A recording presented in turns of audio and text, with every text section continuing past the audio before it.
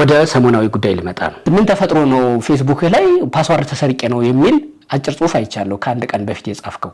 እሱን በዝርዝር እንድታወራ ይፈልጌ ነው። ሶፎኔ አስዋሲ። እሺ ተክሌ ቴንክ ዩ።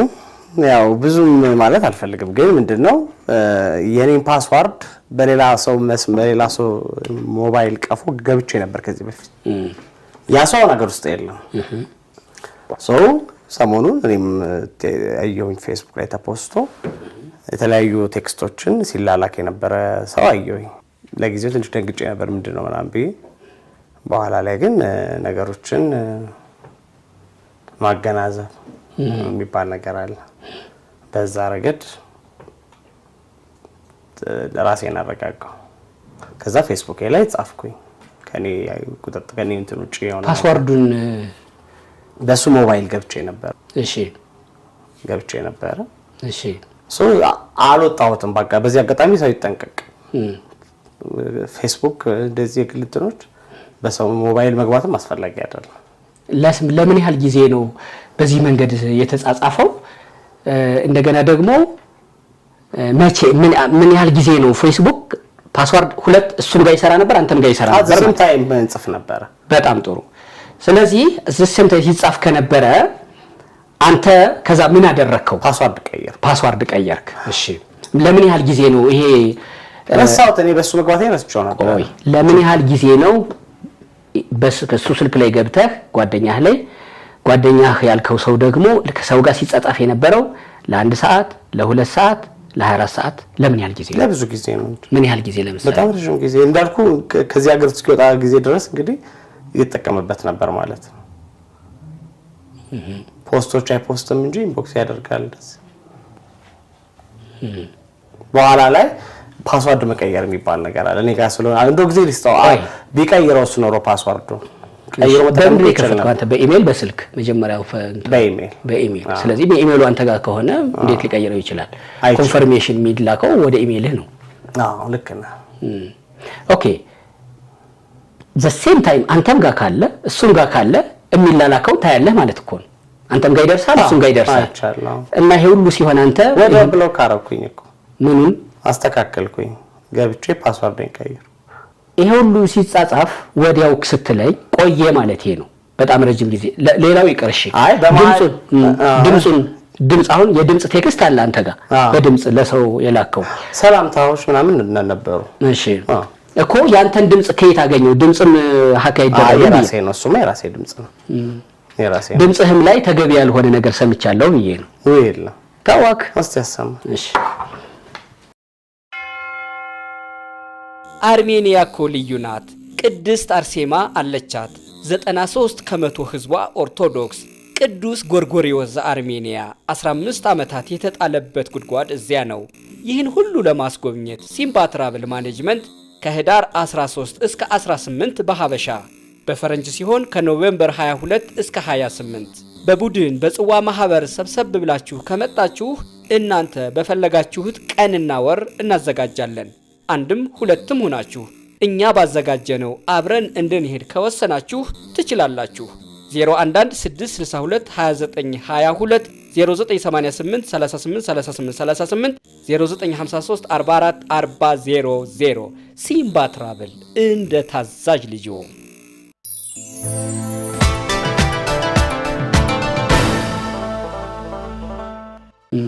የራሴ ድምጽህም ላይ ተገቢ ያልሆነ ነገር ሰምቻለሁ ብዬ ነው። ወይላ ታዋክ አስተያሰማ። እሺ ችግር የለውም። አሁን ለጊዜው ረፍት ላይ ነኝ።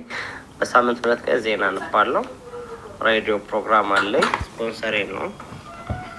እዛ ላይ እሰራለሁ። በቃ ከዛ ውጭ ቤት ነኝ። የቤት እመቤት ይላል። ምን ማለት ነው? የቤት ቁጭ አይስት የሚቀመጥ ማለት ነው። እናቶቻችን የቤት እመቤት አይደል? ተቀመጣለሁ። ቢዚ በሆነ ደስ ይለኝ ነበር። ድሮ በጣም ቢዚ ነበር። በዚህ አውድ ነው የተረዳኸው? የቤት እመቤት ሌላ ምትርጉም አለ? እሺ አንተ ደግሞ አጎራስ ሰንጥቅ አይደለም። ሌሎቹ ቴክስቶችም አሉ እንደዚሁ እና ለምሳሌ አሁን እዚህ ጋር የቤት እመቤት ስትል አንድ ኢንተርቪው ላይ ደግሞ በጣም ቆንጆ ነበርኩ ሚላየው ሸበላ እንደውም የወንድ ቋንቋ ነው ቆንጆ ግን የሴት ቋንቋ የሴትና አውሰም ወንድ ልጅ አውሰም ነው የሚባለው ግን ራሱ ቆንጆ ነበርኩ ሚል ቃል ተጠቅመው ሁሉ ስታወራ ሰማሁና ቁንጅና መዋብ መኳኳል እንደዚህ የሴት ቋንቋዎች ናቸው ከቋንቋ ግድፈት ነው አዎ አይ ኖርማል ቋንቋ ነው የጋራ መግባቢያ ቋንቋ ነው የጋራ አይደለም እኔ ለምሳሌ አውቃለሁ እኔ ወንድ ቆንጆ ነኝ ሲል አላልፈም ልክ አሁን እንደጠየቁ ምን ማለት ነው እለዋለሁ ተው እንጂ ቆንጆ ወንድ ቆንጆ ሴት ነው ሴት ናት ቆንጆ የምትባለው ቁንጅናዋም ተብሎ የሚገለጸው በነገር ላይ የሴት ልጅ ቁንጅናዋ ድንግልናዋ ነው አይደል ስለዚህ ቁንጅና ለማን የተሰጠ ነው ለሴት ማለት ያደላል አይደለም ተፈጥሯዊ ነው አንተ ቋንቋ ኢንቦርን ነው የሴት ቋንቋ ነው የሴት ቋንቋ ጠቅሰህ ራስህን ቆንጆ ነበርኩ እንዲ ነበርኩ ምናምን ስትል ሰማው እዚህ ጋር ደግሞ የቤት እመቤት ነኝ ስትል ሰማው እና የተወሰነ እንደንተንም ስላየሁት ነው ተልኮልኝ ከጻፍካቸው ከሰው ጋር ያወራሃቸው ይሄ የተወሰነውን ለማውራትም ከብዶኝ ነው በነገራችን ላይ አይታቸው አላልኩ ተጻፋቸው በእኛ ማህበረሰብ በጣም ዊርድ ብቻ በጣም ኑር ነው ሰቅጣጭ ናቸው አቻቃልም አይኖራቸውም እነሱ የጽሁፉን አይቻቸዋለሁ ግን አልደግመውም እኔ እነሱ ሁሉ ባንተ የተጻጻፉ ናቸው እንደገና ይሄን የላኩ ሰዎች ደግሞ የላኩልኝ የተጻጻፍካቸው ሰዎች ደግሞ በግልም ኮንታክት አድርገውኝ ነበር ረጅም ጊዜ እንደዚህ የሚሰሩ ሰዎች ናቸው እና እኔንም እንዲህ ብሎኛል እያሉ ላኩልኝ አየሁት ለዛ ነው የጋበዝኩህ ስለዚህ አሁን አንተ ደግሞ ከጀ ቁጥጥር ውጭ ሆኖብኝ ነበር አልከኝ ለረጅም ጊዜ ግን ታየው ነበር ነው ደግሞ ፓስዋርድ ከሆነ አንተም ጋለ እሱም ጋለ ያየው ከሆነ ይሄን ያህል ጊዜ ረጅም ጊዜ ነው ስትጻጻፍ ለምን አንተ ቶሎ እንትን አትልም ሀክ ተደርጎብኝ ያልከው ከአንድ ቀን በፊት ነው ፓስዋርድ ተደርጎብኝ ነው ፓስዋርድ ተወሰብሮብኝ ነው ካልክ አንድ ቀን በፊት ነው ይሄ ደግሞ የሆነው እኔ ያየኋቸው እንደውም ለአጭር ሰዓታት መስሎኝ ነበር ለረጅም ጊዜ በሱ ይጻጻፍ ነበር አልከኝ እሱስ ምን ያህል ሰው ቢሆን ነው በነገር ላይ ፓስዋርዴን እሱ ስለሚያቀው አልከኝ ያ ጓደኛ ስልኩ ላይ ኦሬዲ ሴቭድ ሆኗል ስለዚህ አንተ የተጻጻፍካቸው ነው እሱ ስክሪንሾት እያደረገ ያወጣባቸው ወይስ ራሱ የተጻጻፋቸው ኦኬ በጣም የሚገርም ነገር ነው አያድርስ ነው ሴሌብሪቲ መሆን አንዳንዴ ከባድ ነው እቺም ዝናውን ደግሞ ሰውን ስትረስ ማን ነበረብኝ ጭራሽ ስትረስ ለመፍጠር ነው ግን እኔ ያልተጨነኩ አዎ ተመስገን ይሄኛው ግን የተጻጻፈብ አንተ ባንተ ቋንቋ ያየኋቸው የተጻጻፉት ብዙ ሰዎች ከጤናው አይደለም የሚሉ አሉ ልክ ናቸው እንደዛ ነው የሚመስለው ይሄ ከጤነኛ አእምሮ የሚጠበቅ አይደለም ለዛ ነው እንደዛ ያሉት ምን ያህል ጎዳህ ምን ያህል እንተናለ አረባከ እኔ ላንተ ደንግጫለሁ እንደዛ ስለተሰማ መጀመሪያ አስደነግጣል ከዛ ግን ኖርማል አይደለም ደግሞ ኮሜንቶች እየገባው አይደል በጣም ይገርማል ኮሜንቶች ምን ይላሉ ካያቸው ስላለ ጥሩ አይደለም ስንት አመት የገነባነው ዝና እሺ አስቸጋሪ ነው ምን ከዛ በኋላ ሰዎች እንዲስደዋውል ቤተሰብ ጋር እንደዚህ እሱ ንገረኝ የተወሰነ በጣም ብዙ ወዳጆቼ ናቸው የደወሉት እሺ ከውጭም ከሀገር ውስጥም ምንድነው ማምን ያሉኛሉ የተቻለኝን ያህል ለማስረዳት ሞክሬያለሁ ጅብጣ ሰዎች ደንግጠዋል በጣም ብዙ ስልኬ ረፍት አልነበረውም በጣም ይገርማል በፊት አሁን አንተ ሁለት ሰዎችን ይሄኛው ጓደኛህም ያኛው ያንኳን በስራ ያገኘው ነው የዚህ በ1 ሚሊዮን ብር ከሂጅራ ባንክ ልታገኝበት የነበረው እሱ የስራ ጉዳይ ነው ይሄኛው ደግሞ ጓደኛህ ነው አይደለ የትኛው ይሄ ፓስዋርድ በስልኩ ላይ የኔ ጓደኛ አይደለም እሺ በምን ምክንያት ነው ያይዜ ነበር ጓደኛ አሁን አሜሪካ ነገር ያለው እሺ እሱ ነው እሱ ስልክ ላይ ነበር ከዛ ግን ከኔ ጋር ምናወራ ነበር ከሱ ጋር የነበረውንና ስልክህን እሱ ስልክ ሴኩሪቲ የሆነ ነገር ነው ደግሞ ስልክህን ሴቭድ ነው ያልከው እሱ ጋር የነበረህና እዚህ ይሄን ያክል እሱ ባንተ ህይወት ላይ መንጣጣፍ ደረጃ ኢንጆይ ማድረግና ደግሞ ስትረስ በክተት ነው ኢንጆይ ማድረግ ማለት ሰው እኮ በሰው ውድቀትም በሰው ኔጌቲቭ ነገር ውስጥ መግባትም ይዝናና ሰው አለ በጣም እኔ አላውቅም ዘና የሚል ሰው አለ እሺ ስለዚህ እንግዲህ ከረጅም ጊዜ በኋላ ነው ወደ ስራ የተመለስኩት ቴሌቪዥን ዜና ማነበው ሬዲዮ ፕሮግራም ሰራው ከረጅም ጊዜ በኋላ እሺ ከሞዶ ሙያ ርቄ ነበር ስለዚህ ያው መልሼ ደግሞ ትንሽ ስትረስፉል እንደሆነ የታሰበ ጥቃት ሳይበር ጥቃት እሺ ይመስለኛል በሌሎች በኩል ግን ደግሞ አንተ ነህ ምክንያቱም የባንክ አካውንት ሁሉ ምትልከው ያንተን ነው የባንክ አካውንት እኮ ይፋ ሆኗል ከዚህ በፊት የታመምኩ ጊዜ ይፋ ሆኗል ሰዎች እንዲያግዙ ስለዚህ ለምሳሌ አሁን ከሰዎች ጋር ተጻጽፎ ያንተን አካውንት ከላከ የሚገባው ወደ አንተ አካውንት ነው ስለዚህ አንተን ትጠቀማለህ ማለት ነው እንዴት አንተን ለመጉዳት በኔ መጉዳት ለመዝናናት እንዴት ትለኛለህ ብዬ እንግዲህ ከዛው ውጪ ልረዳው አልቻልኩም አንተ እንዴት ተረዳው እኔማ ጠያቂ ነኝ እንዴ እነዚህ ተጻጽፎ አንተ የተጻጻፈ እኔ ከሶፎኒያስ ጋር ተጻጽፌ እንዲህ ብሎኛል ብለው ሰዎች ላኩልኝ እኔ ለመረዳት ነው አንተን እየጠየቅኩ ያለሁት የግል መረዳት የግል መላምት የግል ግምት የለኝም ለመረዳት እየጠየቅኩ ደግሞ ይሄ ነው የተፈጠረው ብለህ ስትነግረኝ እየሰማው ነው ማልፈው እንጂ የግል እንትን የለኝም እኔ ለካ ነው መሆን የሚችለው እሱ ስለሆነ አንተ ግን በዝርዝር የነበረውን ነገር በደም በግልጽ የተጻፉትንም ትልልቅ ሰዎችም ጽፈውም ስላየው ስለመጣህና ይሄኛውን ሐሳብም ስላጠራህልኝ በግልህ ብዙ ሰዎች ግን የለም እሱ ነው ብለውኛል አንተ ደግሞ አይ መጣቸው የላኩልኝ ሰዎች ማለት ነው ምን ታረጋል ሰው እኮ እንዳመነው አሁን እንደዚህ ነው ብለኮ ሰው ማስረዳት ራሱ ሁሉም ሰው ራሱ የሚያስበው ነገር አለ እሺ ስለዚህ መስጠት ነው እድሉ በደንብ በራሱን አስተያየት እንዲሰጥ ለምን እንዲያስብካተልም ሰው ማሳቡ እኮ መነሻ አለው አንተ የተጻጻፍከው አንተ ያልከውን ይዞ ነው ሰው የሚያወራው ዝም ብሎ ከመሬት ተነስቶ አይደለም ሰው እያሰበ ያለው ስለዚህ ለማሰቡ እንዲህ ለመናገሩ ምክንያት ሆነሃል አንተ ከቻልክ ኢትዮጵያውያን በዚህ መንገድ እንደውም አንዳንድ ሰዎች ቀለል አድርጎ በእንዲህ አይነቱን አስተሳሰብ በሴሌብሪቲ ሰዎች ስም ከሴሌብሪቲዎች ጋር ነው እንትን የሚሉትና እሱ ያወራው ነው በትክክል ያሉኛሉ በሌላ በኩል አንዳንድ ሰዎች ደግሞ አይ እሱን ማገዝ ነው ከጤናው ነው አሁንም ቢሆን እኔ እየጠየቅኩ ያለሁት ባለፈው የተወሰነ አሞህ እንደዚህ እሱን አውርተህ ስለነበር ሚዲያ ላይ ከሱ ጋር በተያያዘም እሱ ባይፖላር ነው ምንም ከዚህ ጋር ያያያዘው ስለዚህ ፒውር አንተ ሶፎኒያስ ሲሆን ምንም እንትን የለበትም የእናቱ ልጅ የአባቱ ልጅ ለምን አላልክም አባት በልጅ ስለማላቅ እህት ወንድም አለ ሁለት እህቶች አሉኝ በአባቴ በኩል ብዙ ልጆች አሉ ካንተ በፊት አዎ ታላላቅ እኔም ጨርሻ ልጅ ነኝ ኦኬ እሺ 85 ዓመተ ምህረት ፍሬ ነኝ 85 እየሰራ ነው ይሳው ይቀርብና እኔ 78 ስለሆንኩ ትንሽ ይበልጣል እንዴ እሺ 40 ዓመት ነው ማለት ነው እንዴ ኦልሞስት አርጅታ እየሰራ ስለሆነ አረጃት እሺ እና ሁለት እህቶች አሉኝ በዚህ አጋጣሚ እህቴን አመሰግናታለሁ ባይፖላር መሆኑን የለየችው ሂሩት ነች ባይፖላር ነው እዚህ ጉዳይ የሙድ መዛነፍ ነው ተወዳታ ያስፈልገዋል ብላ እሷ ነች እንጂ በነገር ላይ አይታወቅም የዚህ የአእምሮ ጤና ጉዳይ በደንብ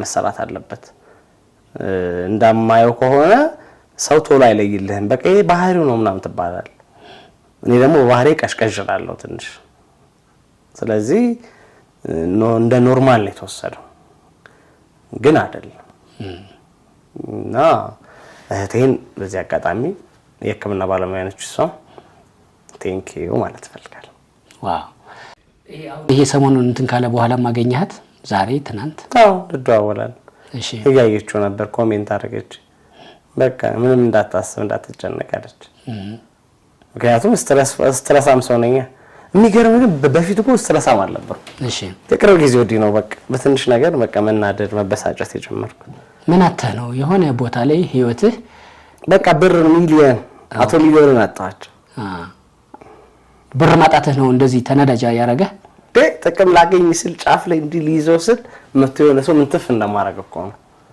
እሱ ነው ያነደደ ያበሳጭ አንተ በሚሊዮን ብር አትድንትን ትላለህ? ያን ያክል እኔ እንትን አይደለም። ምክንያቱም አቅሜን አውቀዋለሁ። 10 ብር ማግኘት ካለብኝ ለ10 ብር እሰራለሁ። ብሩን ካገኘሁት ደስ ይለኛል። ካላገኘሁት ደግሞ ኦኬ ብሩን ሊያስገኝ የሚችል ጥረት አላደረኩም ማለት ነው ብዬ ሌላ አቅም እጨምርበታለሁ ወይ መንገድ እቀይራለሁ። የኔ ህይወት እንደዛ ነው። ሁለት ነገር ነው። ብሩን ለማግኘት እሰራለሁ። ካገኘሁት ያን ያክል ሰርፕራይዝ አልሆንም፣ ምክንያቱም ለማግኘት እንደሆነ የምሰራው አውቃለሁ። ካጣሁት ደግሞ የሰራሁበትና የፈለኩበት መንገድ ልክ አይደለም። ስለዚህ በተለየ ልጨምር ሐሳብ ብዬ የመጣሁበት መንገድ ነው ያላስገኘኝ ብዬ መንገዱንም ዶማውንም እቀይረዋለሁ። አሁን ግን እንደዛ ነው የማስበው። ያኔ ግን ያው ልጅነትም ጓጓው። እንደዛ ከሆነ ምን ሐሳብ እንድትሰጠኝ እፈልጋለሁ። ሶፊ እንዲ ተጻጻፉ እንደዚህ ያለኝ ይሄኮ ነውር ነው ምናምን ብዬ መለስኩለት። የተባሉት ቴክስቶች አሉ። ስላንተም በተጻፉ ሰዎች ላይ ኮሜንትም ላይ እየገባሁ አነበብኩ አልከኝ። ይሄ በኢትዮጵያ ቃሉን መድገም ያልፈለኩትን ስክሪንሻትም ላይ ነውርም ስለሆነ ነው። እንዲህ አይነቱ ነገር እንደ ቀልድ እንዲሁ ዝም ብሎ ሰማ ነው አይደለ? እንዲህ አይነቱን ነገር መስማት እንዲህ አይነቱን ነገር ደግሞ እሱን የተመለከተ አስተያየት ስጠኝ ብዬ ነው። የተወሰነ ይደብራል። ከማህበረሰብ ለማህበረሰብ ሩቅ የሆነ ነው። አጌንስት ነው። ተቃራኒ ነገር ነው። እሺ ኮንፈርትም አይሰጥም። እንደዚህ አይነት ነገር ከዚህ ጋር ባያስሜ ጥሩ ነበር። እንግዲህ ተወራ እና ትንሽ ለማህበረሰብ ሩቅ የሆነ ነገር ነው። እሺ ተገቢ ነው ብዬ አላስብም። ለእንዲህ አይነት ነገር ለመወራቱ የኔም ስም መጠቀሱ አሳዝኖኛል። ከኔ ስም ጋር ተያይዞ እንዲህ አይነቱን ነውርም በመስማታችሁ አዝናለሁ ብለህ ይቅርታ የምትጠይቀው ነገር አለ? ምን ማለት ይቻላል? እኔ አይደለሁም ብያለሁ። ይቅርታ እኮ የምትጠይቀው እኮ ስታጠፋ ነው። ሳታጠፋ እንዴት ይቅርታ ትጠይቃለህ? ግን ለተፈጠረው ነገር ቅር ለተሰጋችሁ ሰዎች ወዳጆቼ ቅር አትሰኙ ለማለት እፈልጋለሁ። ይቅርታ የሚያስጠይቅ ነገር የለም።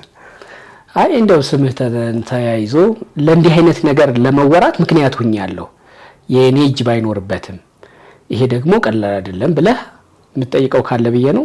ያንተ ጉዳይ ነው ካለፍከው። በተለየ ስደውልልህ ትናንትና ወደ ሚዲያው ወደ ዩቲዩብ ወደ እናንተ ወዳላችሁበት መምጣት ፈልጋለሁ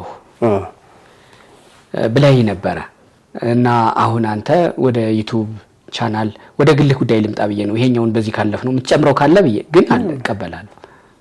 ቢኖር ላንተ ለተክልክ ነግረኛው አትቆጥብም? አልቆጥብም። እሺ ምን ልትከፍት አስበህ ነው? አሁን በምን አይነት ፕላትፎርሞች ልትመጣልን ነው?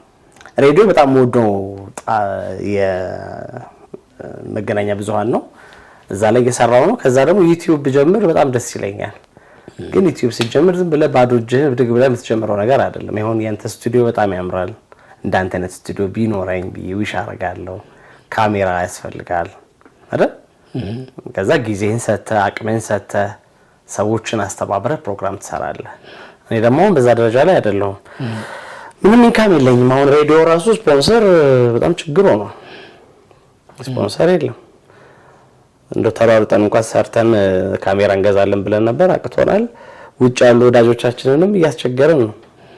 እነሱ ቆይ እስቲ ምናምን እያሉ ነው። እና አድናቂዎቼ ቢያስተባብሩልኝ በጣም ደስ ይለኛል።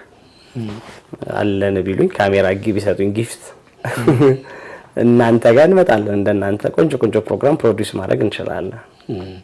ኮንተንት ግን ምንድነው? ምን ልሰራ ነው ያሰብከው? ኮንቴንቴ ማህበራዊ ጉዳይ፣ ከዛ ደግሞ ሴሌብሪቲዎች ጋር ቅርብ ነኝ። እሺ ከሴሌብሪቲዎች ጋር ቅርብ ስለሆንኩኝ ሴሌብሪቲዎችን በተለይ ለቃለ ምልልስ ብዙም ፈቃደኛ የማይሆኑ ጠፋ የሚሉ ካሜራ የሚደበቁ ሰዎች አሉ። እነሱን ወደ ካሜራ ማምጣት፣ ማህበራዊ ጉዳዮች። አሁን ከዚህ በፊት 4 መንታ የወለደች አንዲት እናት ሸምሲያን ሰርቻት ነበረ። ቤትም አስቤዛም ሕክምናም ጭምር ስፖንሰር እንድታገኝ አድርጌ ፎሎ አፑን አብሬ አያይዤ የሰራሁት ፕሮግራም አለ። ሂዩማን ኢንተረስት ነው እና እንዲህ ለሰብአዊነት ቅርብ የሆኑ ነገሮችን መስራት በጣም ያስደስተኛል በባህሪ። እንደዛ ነገር የመስራት ፍላጎት አለኝ። ኢንተርቴይንመንት ፕሮግራሞችን መስራት፣ ሰሞኑን ምን አዲስ ነገር አለ ከተማው ላይ እንቃኛለን። እንደዛ ነገር የመስራት ፍላጎት አለኝ። ዞሮ ግን አቅም ይፈልጋል እና አለን ቢሉኝ ደስ ይለኛል። በጣም አሪፍ። መልካም እድል እመኝልሃለሁ። እንዲህ አይነት ሲሪየስሊ ፕሮግራም ጀምረህ ደግሞ እኔም ለማየት ጓጓል። ሶፊዬ ይላል ራስን ተቆላምጣለህ። ሶፊ ሚዲያ ሶፊ ቲዩ በጣም ብዙ አለ። እሺ የብሉን ችግር አለ። ራስን በራሴ በዚህ በአለም በፈጠነበት ጊዜ ራስን በራሴ ካላቆለባበስክ ማን መጥቶ እንዳቆለባበስ እኮ ራስን ራስ አቆለባብሰ ጥራህ እኮ አይደለም። ራስህን በስራ ግለጽ ነው። ማቆለባበስ ማለት እዛ ይጀምራል። ራስን ስትወድ ነው እኮ ፕሮግራም ማን አቤት ይላል። አሁን ሶፊዬ ብለህ ራስን ስትጠራ አቤት የሚለው ማን ነው? እኔው ቦዲ ሰፓሬት አድርገህ እንደዚህ እንደደረች ራስን በራስ ልትወሉ መልካም እድል ነው የምመኝልህ። ቪዲዮ ላይ ሜቢ አንተን ማግኘት ከፈለጉ ያልካቸውን አይነት ሰፖርት ማድረግ ካሰቡ ሰዎች የባንክ ሂሳብ እንዴት ያገኙ? የባንክ ሂሳብ የንግድ ባንክ አለ አለኝ። በጣም አሪፍ። ሶፎንያስ ዋሲሁንን ሶፊ ሚዲያ በልስ እስቲ አስተዋውቅ በል ሰርተህ ነው። በጣም ነው የማመሰግነው። አካውንትህንና የባንክ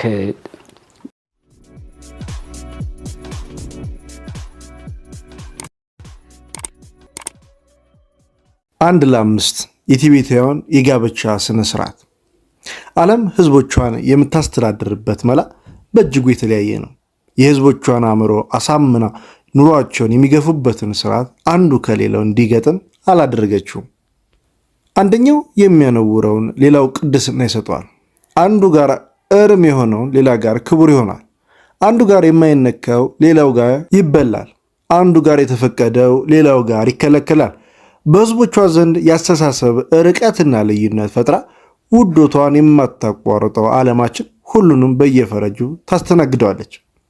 የዓለም ህዝብ አካል የሆኑት ቲቤታውያን አንድ ሴት ከሁለት በላይ የሆኑ ወንድማማቾች የማግባት ልማድ ሲይዙ በሌሎች ዘንድ ፈጽሞ የተከለከለና የተወገዘ ድርጊት አድርገው ይቆጥሩታል።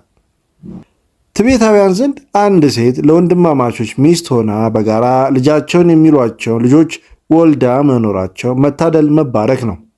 ሌላው ህዝብ ደግሞ ሊረግመው ይፈልጋል። ከናካቴው እንዲህ ያለ ቤተሰብ ግንኙነት ለመስማትም እንኳን ይዘገንነዋል። እንግዲህ በሆነው ነገር ሁሉ መረዳት ያለብን በዛው የአድራጊዎቹ በተቀበሉበት አስተሳሰብ እንጂ የራሳችንን ስሜታዊ ዳኝነት ከሆነ የዓለምን ዥንጉርጉርነት ልንረዳው ያዳግተናል። የሂማሊያ ተራራ የአካባቢው ነዋሪዎቹ ኑሮ እንደ ቋጥኝ የከበደ እንደ በረዶ የቀዘቀዘ ፈተና የበዛበት ሲያደርግባቸው የተጫኗቸውን ቋጥኝ ከላያቸው ላይ ለመፈንቀል ፈተናዎችን ለማለፍ የተጠቀሙበት የአኗኗር ዘዴ መሆኑን ራሳቸው ይናገራሉ። ኑሮ ሲያጎብጣቸው ቀና ለማለት ድህነት እንዳይደፍቃቸው ጉልበት ለማበጀት ሲሉ እስከ 5 የሚደርሱ ወንድማማቾች አንድ ሴት አግብተው በመተሳሰብና በመተጋገዝ ይኖራሉ። አባቶቻቸው እገሌ ነው ተብሎ የማይሰየምላቸው የሁሉም ልጆች የሆኑ ልጆች ወልደው ያሳድጋሉ። ቅናትን አሽቀንጥረው ድህነትን እየገፉ ኑሯቸውን ያደራጃሉ። ቲቤታውያን ማለት እንደነዚህ አይነት ማህበረሰቦች ናቸው። ቲቤታውያን ከሁለቱ በላይ የሚሆኑ ወንድማማቾች አንድ ሴት አግብተው የጋራ ጋብቻ መስርተው መኖር ከቅድመ አያቶቻቸው ጀምሮ ሲወርድ ሲዋረድ የመጣ ልማድ መሆኑን ይናገራሉ። እንግዲህ እንዲህ አይነቱ ጋብቻ በቲቤታውያን ዘንድ የቆየ ልማድ ስለሆነ እንደያንዳንዶች ከተገኙበት ማህበረሰብ ልማድ አፈንግጠው ወይም እንደ መሰልጠን ቆጥረውት ወይም ባጉል እምነት ሰክረው ከሚፈጽሙት የተለያዩ ያደርጋቸዋል። አሁን በሩቅ ገጠሮች የሚኖሩ ቲቤታውያን ብቻ የሚጠቀሙበት ልማድ እየሆነ በመምጣቱ ቀንሷል። እንዲህ ስለተባለ ግን በገጠር ብቻ ተወስኖ የቀረሰን በዩኒቨርሲቲ ደረጃ የተመረቁ ቲቤታውያን ሳይቀር ይህንኑ የጋራ ጋብቻ አጥብቀው ይከተሉታል። ወጋችን ነው ይላሉ የተማሩትና ከተመያዩት ቲቤታውያን። የቡድሃ እምነት ተከታዮች ናቸው። እምነታቸው ደግሞ እንዲህ ያለውን ድርጊት አይከለክላቸውም። ስለዚህ አንዷን ብዙ ወንድማማቾች አግብተው ይኖራሉ። በዚህ ቤተሰቡን ከመከፋፈል እንጠብቀዋለን ይላሉ። ንብረታቸው ተተንትኖ እንዳያልቅ ያደርጋሉ። ድህነታቸውን ይጋፈጡታል። ይህ የነሱ ቃል ነው። በዚህ መንገድ ቤተሰቡ የበለጠ ንብረት ሊሰበስብ ይችላል። ቤተሰቡ ከተበታተነ ግን በዚህ ደረቅ መሬት ለመኖር ያስቸግራል። ይህ ልማድ ከጥንት ጀምሮ እስከኛ የደረሰ ነው። ወንድማማቾች የማግባት ልማድ የተደራጀበትን ጊዜ ለይቶ ለማወቅ እንዳልቻሉ ተመራማሪዎች ዘግበዋል። ግን በቲቤታውያን ዘንድ ከ17ኛው ክፍለ ዘመን ጀምሮ የተለመደ መሆኑን ምልክቶች አግኝተዋል።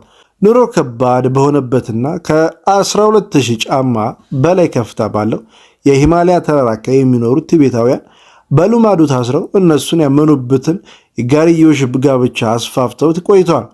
በቻይና የባህል ለውጥ ሲካሄድ ልማዱን ለማስቀረት በሕግም በፖለቲካም የኃይል ጫና ተደርጓል። በእርግጥ ሕጉ ልማዱ እንዳይስፋፋ አግዟል። ግን ከከተሞች እየሸሸ ሩቅ ወደ ሆኑ ገጠሮች ተሰደደ እንጂ እስካሁን ሊጠፋ አልቻለም። አንድ ሴት ከሁለት በላይ ቁጥር ያላቸው ወንድማማቾችን ማግባቷ የተለያየ ምክንያት እንዳለው የማህበረሰቡ አኗኗር ልማድ ያጠኑ ምሁራን አረጋግጠናል ይላሉ።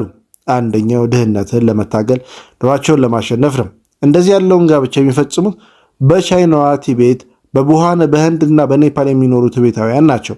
የሚኖሩት የሂማሊያ ተራራ ጋር ተዋስነው ነው። የሂማሊያ አካባቢዎች ገደላማነት፣ ተራራማነት የበዛባቸው ለእርሻ የማይመቹ ቦታዎች ናቸው። ለእርሻ የሚውለውም ቢሆን ከ12000 ጫማ በላይ የሚለካ የሂማሊያ ተራራ የሚፈለቅለው በረዶ የተራራውን ያመክነዋል። በከፍተኛ ቅዝቃዜ ጠንካራ በሆነው መሬታቸው ምክንያት በብዙ ትግል የሚኖሩት ቦታ ነው።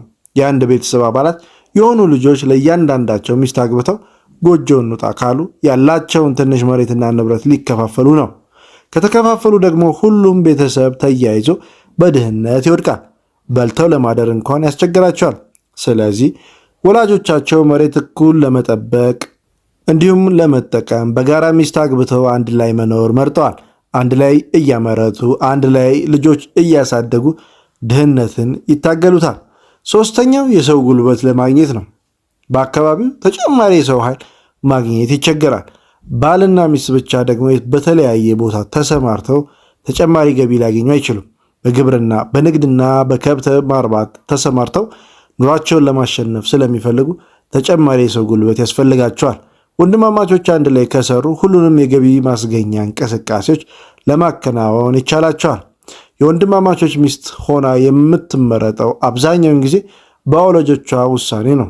ተነጋግረው ከጨረሱ በኋላ ድል ያለ ሰርግ ተደግሶ ወደ ባሎቿ ቤት ትሄዳለች። የባሎቿ አባትና እናት ጭምር አብረው ከሚኖሩበት ቦታ በሚስትነትም ኑሯን ትቀጥላለች። ሙሽራዋ የባሎቿን ቁጥር በመጀመሪያ አታውቅም። ምክንያቱም ትልቁ ልጆች ካገባች በኋላ ዕድሜያቸው ትንሽ የሆኑትም ለአቅመ አዳም ሲደርሱ ባሎቿ ይሆናሉና በዚህ አይነት ሁለቱም ሶስቱም እስከ 5 ወንድማማቾች ድረስ ያገባሉ። ተጋቢዎች ድል ባለ ሰርግ የጋብቻ ቀናቸውን ያከብራሉ። የሰርጉ ጥሎሽ ብዙ ወጪን የሚያስከትል በመሆኑ ወንድማማቾቹ አንድ ሴት ለማግባታቸው እንደ ምክንያት ይቆጥሩታል።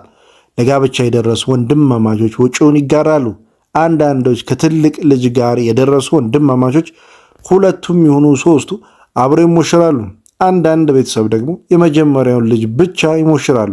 ታናሽ ወንድማቸው ሲኖሩ 15 ሲሞላቸው የወንድማማቾች ሚስት ባል የመሆን መብት አላቸው። ሚስቲቱም ትንሽ ልጅም እንደ ባሏ ቆጥራ ያለምንም መድሎ የሚስትነት አገልግሎቷን ትቀጥላለች። በዚህ ምክንያት ከመጀመሪያ ባሏ በኋላ የምታገባቸው ሰፊ የዕድሜ ልዩነት ያላቸው ሊሆኑ ይችላሉ። ሙሽራዋ ጫጉላ ጊዜ የላትም። የምትሄደው ባሎቿ ወላጆቿ አብረው ወደሚኖሩበት ቦታ በመሆኑ የቤተሰቡን የመመገብ ኃላፊነቱን ወዲያው ትቀበላለች። በእኔ በኩል ወንድማማቾች ማግባት በጣም ጥሩ ነው።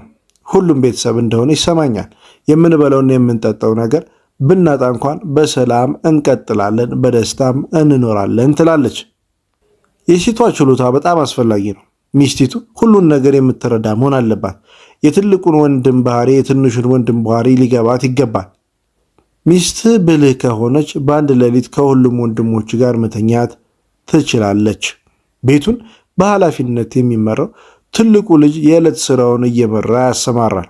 ሁሉም ቢሆኑም የተመደቡበትና መስራት የሚገባውን ማንም ሳይጎተጉተው በኃላፊነት ስሜት በትጋት ከመስራት አያስተጓጉልም።